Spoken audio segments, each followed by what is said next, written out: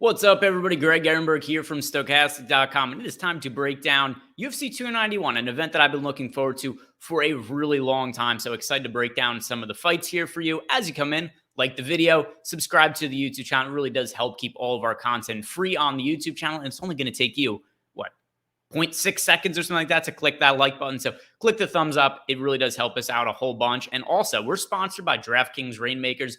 If you guys have not checked out the Rainmakers product at DraftKings, there's a link below that if you click on it, it's going to take you to the DraftKings page and get you a totally free PGA starters pack to help you make some money over there with totally free cards for the PGA product. Obviously, here we're going to be talking about MMA, but why not take advantage of some free money and click on that link to claim your free starters pack, which comes with a stud golfer of your choosing, like Jon Rahm, Scotty Scheffler, Rory McIlroy. Which one of those guys you like the best? You can start building your collection around them. And now, let's start talking about UFC 291, although also, I had a really good week last week, and it was one of the better weeks I had in a little bit here. So one thing I wanted to show on screen here, just some of my results from last week. So did really well in Rainmakers contest. If I could only find the right thing that I wanted to click here. There we go.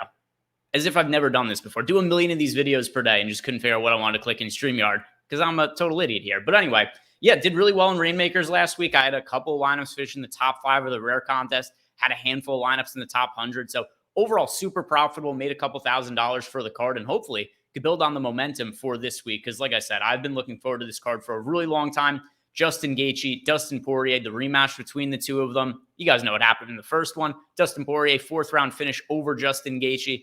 And it's one that we're really going to want to target for DraftKings and Rainmakers purposes once again. I'm going to have either Poirier or Gaethje in every single one of my lineups for tomorrow. And one thing I should note also is that weigh-ins happened a little while ago, and I was trying to wait until we found out whether the Wonderboy Thompson fight against Michel Pereira is actually going to happen or not. Pereira missed weight by a few pounds at the time I'm recording. I don't know whether that fight is going to happen, so I'll add some insight into how I think that fight could play out, given all the information we have right now.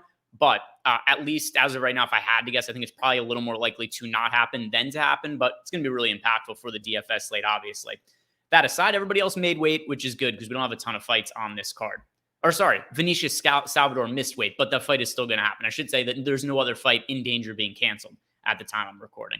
Anyway, main event, Dustin Poirier, Justin Gaethje, just a guaranteed banger. I think these guys are going to meet in the middle. They're going to trade. It's going to be crazy high volume. I do not expect there to be very much wrestling. I don't expect there to be any wrestling in this fight unless somebody gets really hurt and has to just resort to it to try to keep themselves alive. Because if you look at what happened the last time these two fought, which like I mentioned, it was a 4th round finish by Dustin Poirier. Just a ton of output in this fight. 174 significant strikes landed by Dustin Poirier. 115 significant strikes landed by Justin Gaethje. So in that finish, we got around 110 fantasy points for Poirier. And that's what I think we're going to see out of the winner in this fight as well. I think it's most likely going to be a finish.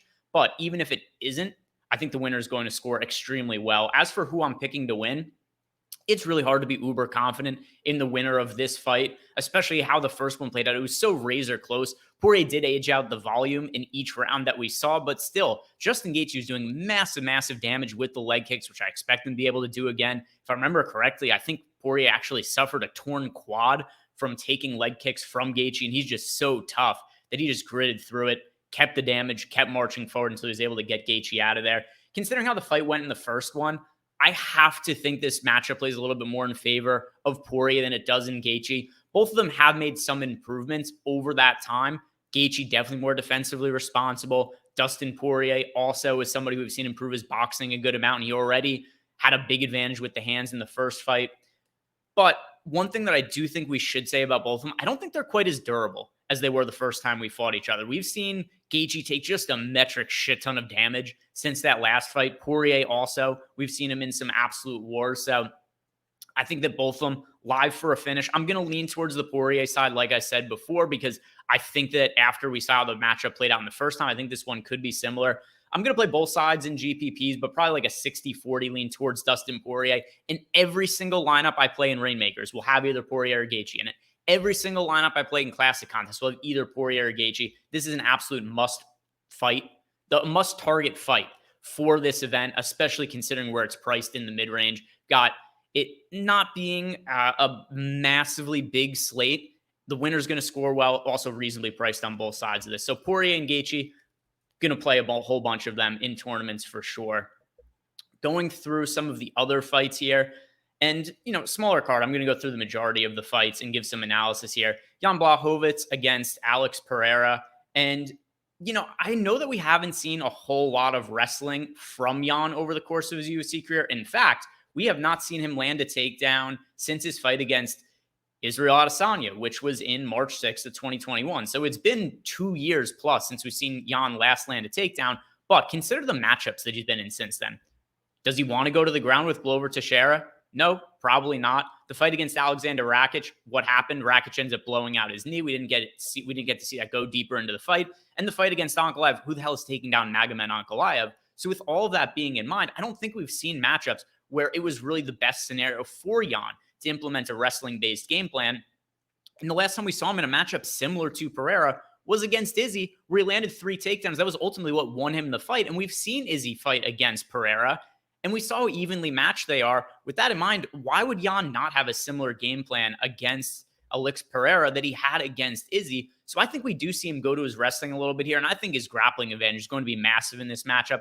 I know that Pereira has been posting pictures that he's now a brown belt on Twitter. Doesn't really mean a whole lot to me. Jan's a black belt. I think he's a far superior wrestler and grappler. The other thing to consider, too, Pereira was taken down and controlled by Izzy in their first fight. Izzy was able to land a takedown and had 6.5 minutes of control time. If we go to the per round data here it was. The round 3, where Izzy landed the takedown, that first fight they had against each other, Izzy held top position for 3 minutes and 47 seconds. If Izzy is able to control Pereira for nearly an entire round after landing a takedown, Jan is going to slice through him on the ground and probably submit him. So if this fight plays out on the feet, Pereira is very live to knock Jan out. But considering that we also saw Pereira knocked out 2 months ago, I think on the feet, I would favor Pereira, but I give Jan a chance. If this fight goes to the ground, I heavily favor Jan and give Pereira no chance. So this fight is close to a pick'em. I actually like betting on Jan in this matchup. And also for DFS purposes, I think there's a good amount of wrestling grappling upside. So my preferred side to target is going to be Jan. And based on our current ownership projections, I actually do think we're going to see a little bit more ownership going to the Pereira side. So a little bit of leverage to be gained as well from playing Jan. I'm going to be targeting him as well for Rainmakers purposes. Going through the next fight here, which this is the one at the time of recording mentioned at the top. I'm not sure if it's going to happen or not. Stephen Wonderboy Thompson against Michel Pereira. If this fight happens, Pereira missing weight by 3 pounds and already just being as big as he is, somebody we've seen willing to go to his wrestling in some of his previous fights. We saw him land a takedown against Andre Fiallo, landed 3 takedowns against Nico Price, 2 against Chaos Williams, landed 1 against Salim Amadaev, and then ended up submitting him shortly after that in the 3rd round, suplexed him, got to the back, took the neck, choked him out. The whole sequence took like 8 seconds for Pereira to finish that fight with 45 seconds left when he first initiated the takedown in the 3rd round of that fight. Pereira, if this fight happens, and I think it's most likely not, if Wonderboy Thompson takes this fight, I'd be a little bit surprised considering his age. He already made weight, so he's going to get paid his show money. I think it's pretty likely that Wonderboy turns the fight down. But if it happens, I have to favor Pereira more than I otherwise would have, considering the weight miss and how big of a size advantage he's going to have over Thompson in this matchup. So I don't know if he did it intentionally. I don't know if this was something where it was strategic by him or if it was a thing where there was a miscalculation with the weight cut. Pereira's a massive dude. He's willing to land takedowns. He's landing 1.58 per 15 minutes. And all of the recent losses by Wonderboy, it's due to him getting out wrestled and grappled. If it plays out on the feet, Thompson starches dudes, even at this age that he's at right now. We're seeing Wonderboy, even though he is 40 years old now, he's still looking really good in some of his fights against Kevin Holland, against Jeff Neal, against Vicente Luque. But when he fights guys that can implement a wrestling-based game plan, like a Gilbert Burns landed 3 takedowns, like a Bilal Muhammad who landed 7 takedowns, he loses those fights. So if Pereira comes in with a big size advantage and chooses to wrestle and doesn't gas out, which we've seen him do dumb shit, like Pereira will come in, he'll break dance on his way to the octagon, and then it's like, hey, look, he's gassed out halfway through the first round because he's been breakdancing for the last 15 minutes to amp up the crowd. As long as he avoids that kind of bullshit and Thompson takes the fight, I think that Pereira is one of the liver underdogs that we have on the card and also has upside from a DFS perspective. So I prefer the Pereira side if this fight ends up happening. Next fight we have here is Tony Ferguson against Bobby Green. Everybody loves El Cucuy, Tony Ferguson. but he's just washed at this point in his career. I don't think he can take damage in the same way he used to. You look at the recent fights, and a lot of them, by the way, no shame in the losses. Losing to Justin Gaethje, losing to Charles Oliveira, losing to Beneil Dariush, losing to Michael Chandler, that'll happen, right? I don't really knock him for that. Where I really get concerned, though, is the knockout against Michael Chandler is brutal. Ferguson looked pretty decent in the first round. There was a point where we're watching the first round going, holy shit, the old Tony is back. He dropped Michael Chandler early in that fight. I know he wasn't credited with a knockdown, but he did. He dropped Chandler in that fight. He hurt him. And then we saw the second round start, and Chandler, just the upkick from hell that just knocked all of the life out of Tony Ferguson and seemingly took any of the fight that was left out of him and just ruined his chin. The fight against Nate Diaz, Tony looked terrible. If you guys remember the old Tony Ferguson fights, if he went into a battle with somebody, they were coming out with wounds. Ferguson was using all his weapons, especially his elbows. He was cutting people up. He's doing mass amounts of damage. Guys were leaving there looking like different human beings at the end of a fight against Tony Ferguson. Nobody bleeds and cuts easier than Nate Diaz in a fight. Tony wasn't able to put a mark on him. And Nate also was fighting like he was washed. And it was just a very bizarre fight. Both of them looked pretty terrible. And I came away thinking Ferguson had absolutely nothing left in the tank. So I think Bobby Green is at the end of his run as well. I think he's past peak, but I think he's far more left in the tank than Tony Ferguson. You can't even really look at the data for this fight, because if you were just to look at the numbers, you'd be like, oh, look at all the output on the Tony side, and he has such a positive striking differential. But I mean, a lot of these stats are from years ago when it comes to Tony Ferguson. So in terms of DFS contest, I think Bobby Green doesn't have the most upside in the world, so he's not a prime target of mine. I do like him for Rainmakers purposes, though, where we don't have to worry about the pricing. We just play the fighters we like the most. So Bobby Green, playable in DFS, but really more of a target for Rainmakers purposes. Michael Chiesa against Kevin Holland. I love both sides of this fight, and it's really just a matchup clash, because Michael Chiesa, if he wins, he's going to be implementing his wrestling and grappling the same exact way that we've seen Kevin Holland lose every single fight that he has recently lost in the UFC. Kevin Holland's losses as of late, other than the one against, Stephen Thompson, where he just got outstruck, and he had his own wrestling grappling advantage, just refused to go to it. But Chimaev takes down Kevin Holland in the early going, submits him in that fight. We saw the fight against Marvin Vettori. He took down Holland 11 times. Derek Brunson took down Holland 6 times. So if Chiesa is able to land takedowns, which I think he should be able to, then he wins the fight. So he's a very live underdog. The thing with Michael Chiesa, though, he's 34 years old. We haven't seen him fight in 2 years. He's been dealing with injuries. He's coming off a back injury. He had surgery. And there's a massive size difference here as well. Kevin Holland used to be a 185-pounder. Michael Chiesa used to be a 155-pounder. He was a big 155er. Kevin Holland was a small 185-pounder, but still, Kevin Holland is 6'3", 2-inch height advantage over Chiesa, and then also a 6-inch reach advantage. So if Michael Chiesa is not able to get in on the hips of Kevin Holland and land takedowns, he's going to get knocked out on the feet. So that's why I look at this fight as both sides have an immense amount of upside. It's a good fight to target in the mid-range. I'm going to lean towards the Chiesa side because I'm looking for live underdogs to target with upside. I'm going to be playing more of them. I like both sides for Rainmakers purposes as well. So play both these sides in tournaments. I'm going to be a little bit heavier on the Chiesa side because of the wrestling and grappling upside, and that there aren't just an abundance of underdogs I love for this card, especially if the Pereira-Thompson fight gets canceled. If you look here at some of the numbers, 3.39 takedowns per 15 minutes landed by Michael Chiesa, and only a 15% takedown defense from Kevin Holland. How many times have we seen this matchup where Kevin Holland just gets taken down and controlled, and he never has any urgency to get back to his feet? So I'm going to pick Michael Chiesa to win. Doesn't mean I'm fading Kevin Holland. Great fight to target for DraftKings purposes. Another one here that I know people are going to be really high on, Gabriel Bonfim against Trevin Giles. And yeah, Bonfim, from what we've seen, is an excellent submission grappler. He's a very opportunistic finisher. And Trevin Giles is not somebody I or really anybody rates all that highly. The only thing you really have to be concerned with in this fight is the price tag of Bonfim combined with his ownership as well. The most recent ownership we have on this fight is Bonfim is currently projected to be the most popular pay-up option on the entire slate. And I understand why, right? Just because of Bonfim having a fairly easy matchup. He's a really big favorite, but I do think he's a little bit too popular. 38.4% is our current ownership projection on him, so just under 40%. The only fighter on the entire card, actually, that we're projecting to be more popular than Bonfim is Dustin Poirier. Outside of that, he's going to be the most popular pay-up option and the second most popular fighter overall on the card.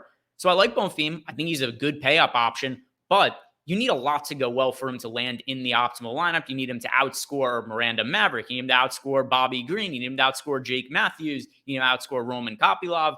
And then also, you need some underdogs to come through considering what his price point is. And you need to have your lineup differentiated a little bit because he is projected for nearly 40% ownership. So I like Bonfim. I'm picking him to win. I pick him to win by submission. He's a very good submission grappler, like I said before. Trevin Giles also is somebody who I think could struggle fighting at altitude. We've seen him gas out in a number of his fights in the past. And in addition to that, he's not somebody who keeps a very high pace, and Bonfim does. So I think Bonfim should be able to land takedowns. And we saw his fight against Munir Lazez. He got the fight to the ground immediately and then quickly submitted him. It took less than a minute. I think he could do something similar to that to Trevin Giles if everything goes right.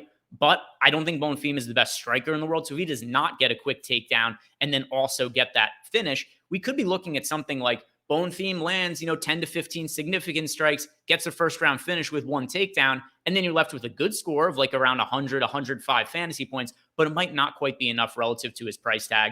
So I'm going to be a little bit underweight to Bonfim in large field tournaments. I love him for Rainmakers purposes. But for me, I'm going to try to pivot a little bit on the high range in classic contests. I wish my mouse just didn't randomly start scrolling up like that. It's really annoying to me, and I'm sure it's probably making you guys dizzy as a viewer.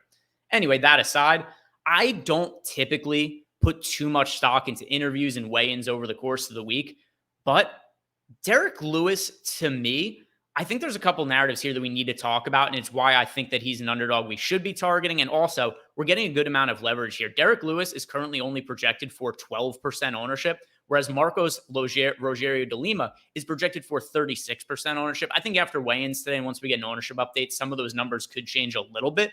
But Derek Lewis projects to be one of the lowest owned fighters on the entire card. People are extremely low on him because of his recent losing streak. Lost to Cyril Gahn. Did have the win over Chris Daukaus, but who doesn't knock out Chris Daukaus? Gets knocked out by Tai Tuivasa, gets knocked out by Sergey Pavlovich, and then gets finished by Sergey Spivak in a fight where Spivak just lands a million takedowns and gets him out of there in the first round, scores a ton of fantasy points. But Derek Lewis this week, he had said that he had been having some health issues as of late. Now, this isn't unfamiliar for Derek Lewis. He's had knee issues in the past. He's had back issues.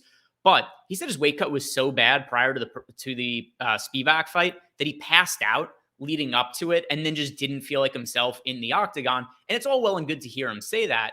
But then he gets on the scale earlier today, and Derek Lewis had a six-pack.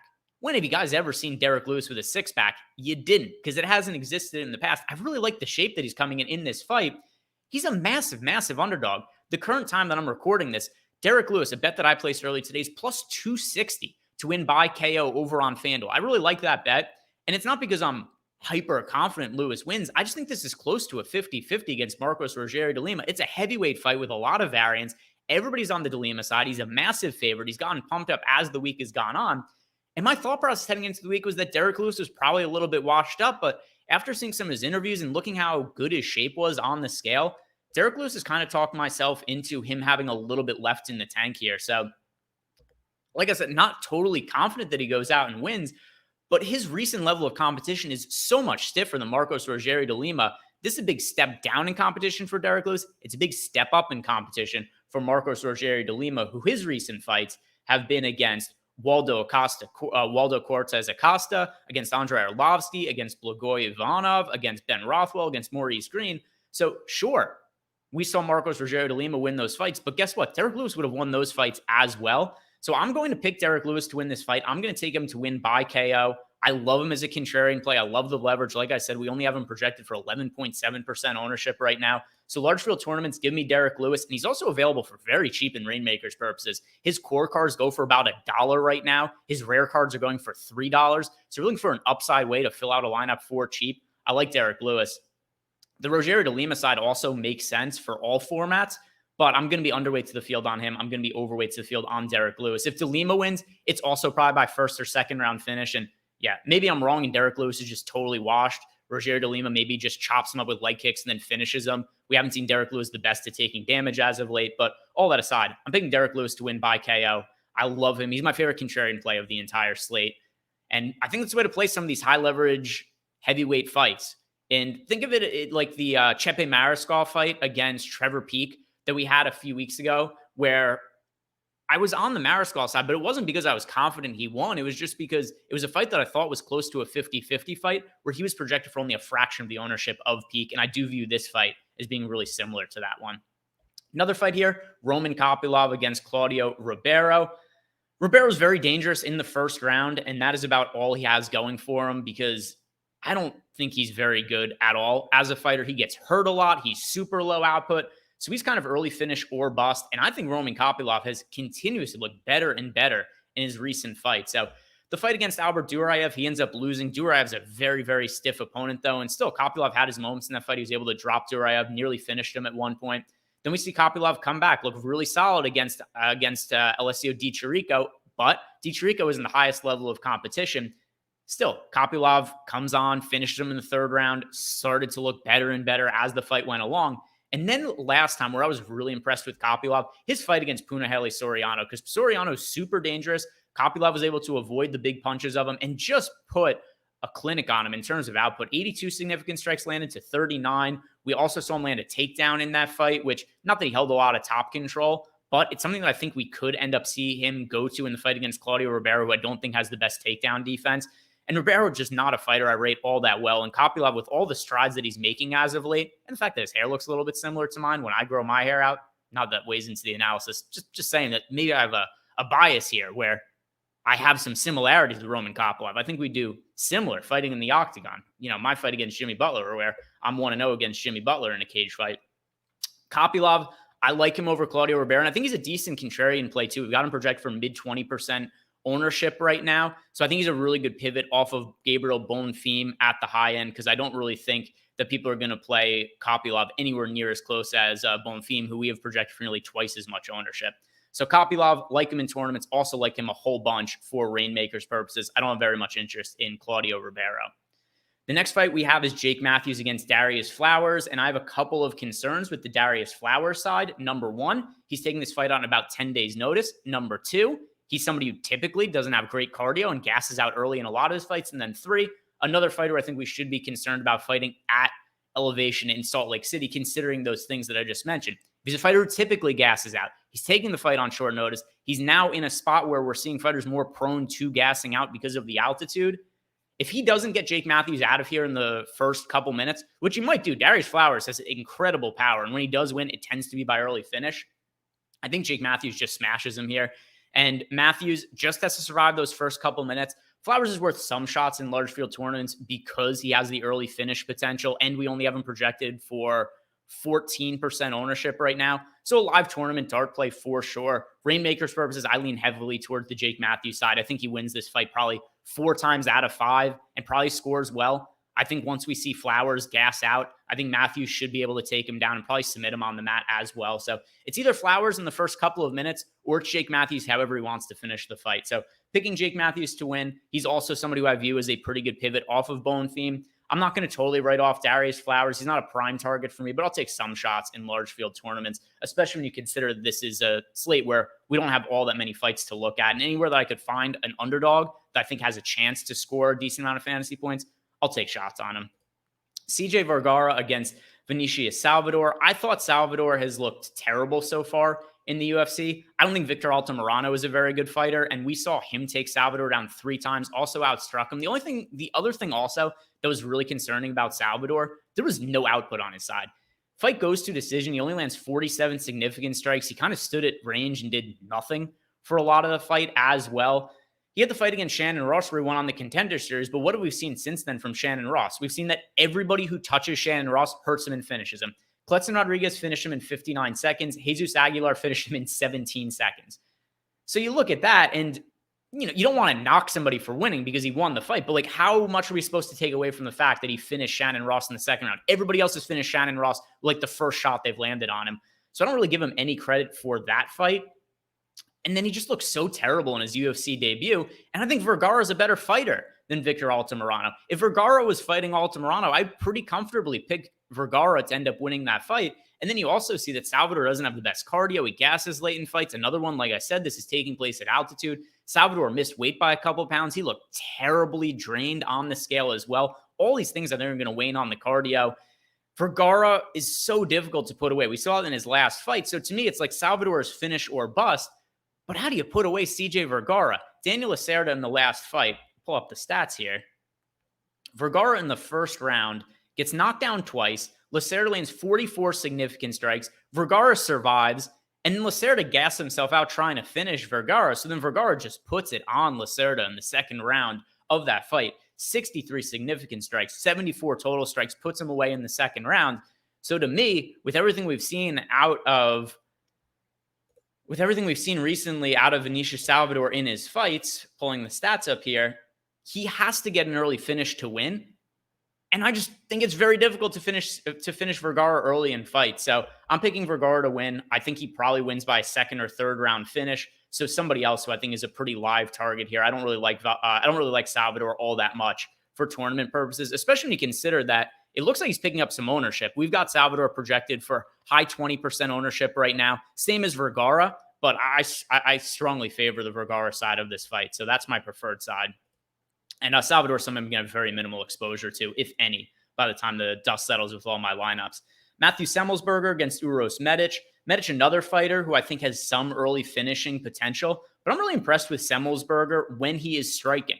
In terms of the IQ, doesn't exist. In terms of the wrestling defense, doesn't exist. But I don't really think Uros Medic is all that much of a risk to go ahead and take down or even attempt takedowns against Matthew Semelsberger. Medic didn't land any takedowns against Omar Morales, and we've seen Morales, somebody who can be taken down in his fights. He got finished fairly quickly by Jalen Turner. No harm in that. He finishes Elon Cruz. He finishes Mikey Gonzalez on the Contender Series. We've never even seen this guy go ahead and shoot takedowns. And if this fight is going to play out on the feet, you just don't want to mess around on the feet with Semelsberger because he has so much power. His last fight against Jeremiah Wells, the conventional wisdom going into that fight was that Jeremiah Wells had a power advantage, and that's just not how it played out. Semelsberger hurt Wells every single time that he touched him. The thing was, Semelsberger just fighting like an idiot would hurt Wells and then would find himself in some of these wrestling grappling scenarios where Wells would be able to get on top of him and was able to recover by holding top control time. So I think Semelsberger should be able to finish Uros Medic and put up a pretty big score in this fight. I love the power of Matthew Semelsberger. And right now, if you do look at his ownership, he's projected for a little bit over 30% ownership in our projections right now. But considering his price tag at 8,600, I think it's very much warranted. Medic, on the other hand, is projected for right around 20% ownership. And he's somebody that I'm going to be underweight to the field to because I am pretty heavily favoring the Semelsberger side of the fight. Next one here, and the final fight of the card, it is the opener Miranda Maverick against Priscilla Cachoeira. And Maverick looked like absolute dog shit in her last fight against Jazza Devicious, where she was taken down once and was also just controlled a ton by Jazza Devicious. So there were some of these grappling scenarios where Maverick would go for her own takedowns, wasn't able to land them, and then Jazza Devicious would land on top. So even though it wasn't credited as a takedown for Jazza Devicious, she ended up holding 7.5 minutes of control time in that fight per round. 2.5 minutes of control. 2 minutes, 50 seconds of control time in the first round. 3.5 minutes control time in the second round. 1.5 minutes control time in the third round. So Jazza Devicious was able to control her on the mat. And that's what we see from Maverick fights is if she has a wrestling and grappling advantage, she usually does well and wins those fights. When she's fighting somebody that's physically stronger than her and is able to win those exchanges, she loses. So the fight against Aaron Blanchfield lands 7 takedowns, is able to hold a bunch of top control time. Now in hindsight, that's not a bad loss to Aaron Blanchfield at all. I'm going to kind of write off the Macy Barber fight because that was a robbery. Maverick won that fight even if the judges disagreed.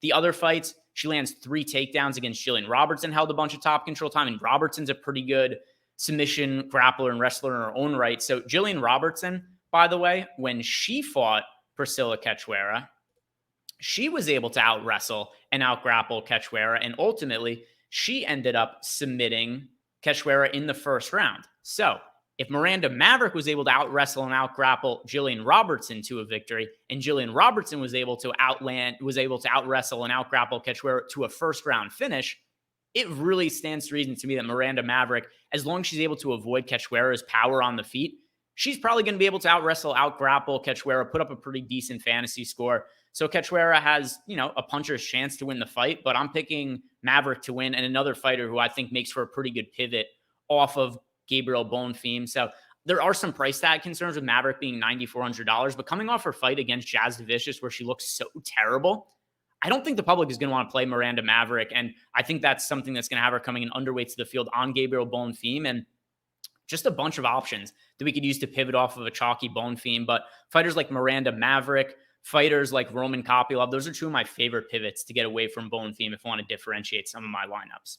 So that's a walkthrough of all the fights that we have for the UFC card. A couple of bets that I like just to recap also. I like Jan Blachowicz. The fight is right around to pick him right now, and I like his side. And then also Derek Lewis, I like it plus 260 to win by KO. But now let's go ahead and look at the Rainmaker side of things. I'll open up a lineup. I'll open up a pack here, and they'll build lineups with some of the cards. I already have a bunch of cards in my portfolio, but I figure I might as well open a pack because it's fun to open packs. So let's see what I get, and maybe we'll get something good that I could use in my lineups here. Well, there's a Bonfim. There is a Kopylov, so that's a pretty good start. A Pereira, don't mind him if the fight happens. There's a Jan card and a Poirier card. This is actually a really strong pack of cards. Like, these are all playable fighters. Now let's go ahead to the lobby, and I'll build out an elite contest lineup. And I've got a bunch of cards of all the different fighters. Let's see, do I pass the location check test? Yes, sir. Yes, sir. All right, so Dustin Poirier, Justin Gaethje. I think that you want this in the captain spot in just about every lineup. Like, there are fighters like Bonfim, Miranda Maverick that you could also take some shots in the captain. But by and large part, you want Poirier or Gaethje in that captain spot. Oh, I have a serial number 1 Poirier here. So I'm going to play Poirier in my captain spot. I'm going to filter by elites here because I have to play one other elite in this. And yeah, I'll throw a Maverick in here. All right. I actually want to unfilter because the rest of the cards I'm going to use are going to be rares for this lineup. All right. So Bonfim, I think he's a pretty safe play. So I'm going to throw Bonfim in here. So we've got Poirier, we've got Maverick, we've got a Bonfim. Now, who else do we want to take a chance on? So we've got Semmelsberger, who's a big favorite. And another thing, too, is since I already have a couple of these with really low serial numbers, I got to play a chalkier lineup, and I'm going to win tiebreakers because of better serial numbers. We've got Bobby Green, who's really safe to win. Let's see. I hope I get some Jake Matthews cards because I don't really have very many of them right now. Don't have any at the rare or elite level. All right, scrolling to the top. I'll fill out the lineup with the Chiesa and Holland fight is a good one to target. But I'm going to throw Bobby Green in here. And then where else do I want to go? I'll go with Chiesa. Yeah, I'll throw Chiesa in here as well. So all fighters with upside. Dustin Poirier, whoever wins the main event's putting up a big score. Then you got fighters like Miranda Maverick and Gabriel Bonfim that I think both make for really strong pay-up options for classic contests, both pretty safe plays with a lot of upside for Rainmaker's purposes. And then Chiesa is somebody who, high variance fight, but if he wins, he should score really well. And then Bobby Green, maybe not the same upside of a lot of these other fighters, but I do think he's pretty safe to win against a aged and fairly washed Tony Ferguson. So that does it for me, guys. I broke down all the fights this week. Thank you very much for watching. If you haven't done yet, like the video, subscribe to the YouTube channel. Also, if you haven't checked out Chalkboard, it is a free-to-download chat app. In hindsight, I wish I would have talked about this a little bit more at the top of the show, but I'm doing some giveaways in there, giving away some subscriptions to stuff like OddsShopper, BetPro, the different betting products that we have at Stochastic and OddsShopper. So if you want access to free stuff as well as other free bets I throw in there, go download Chalkboard, which is completely 100% free to download. So I hope to see you guys in there. Good luck with this event. Hopefully, I have a bunch of lineups that finish in the top 5 in Rainmakers like I did last week, and we can make some profit and carry on with the good summer months. So have a good one, guys. Hope you enjoy the card. It should be a banger.